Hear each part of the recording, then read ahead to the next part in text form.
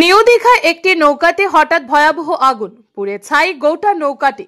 ঘটনাটি ঘটেছে new Digha holiday home ঘাটে সংলগ্ন ঢেউ সাগরের কাছে।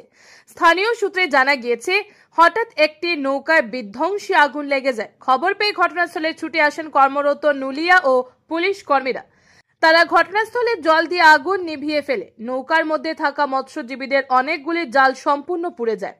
জানা গিয়েছে, ওই নৌকাটি রতনপুর এলাকার এক মৎস্যজীবীর। নৌকায় আগুন লাগার ঘটনায় এলাকা জুড়ে চাঞ্চল্য ছড়িয়েছে। কি কারণে নৌকায় আগুন লাগলো তা তদন্ত করে দেখছে পুলিশ। ব্যুরো রিপোর্ট আর ই ধর্মনগর। আগুন লাগাটা এটা 15-20 মিনিট থেকে হয়েছে, আগুনটা লেগেছে। কিন্তু কি কারণে আগুন লেগেছে তো বোঝা যাচ্ছে না। জাল ছিল, অনেক জাল ছিল, জালে আগুন লেগেছে, নৌকোতে আগুন লেগেছে। আমরা ওইটা দেখতে গিয়ে সমুদ্রে জল নিয়ে আগুনটা নেমার জন্য চেষ্টা করেছি। আগুনটা নিমেছে।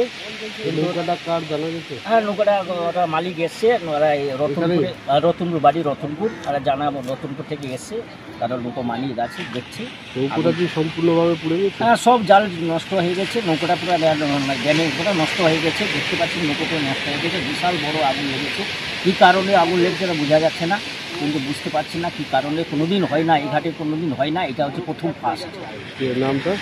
নামটা আমার নাম রতন দাস, শুধু নৌকা মালিক হচ্ছে বাবুদা, ডাকা বাবুদা, রতনপুর বাড়ি, নৌকর মালিক, এই একটু গাড়ি।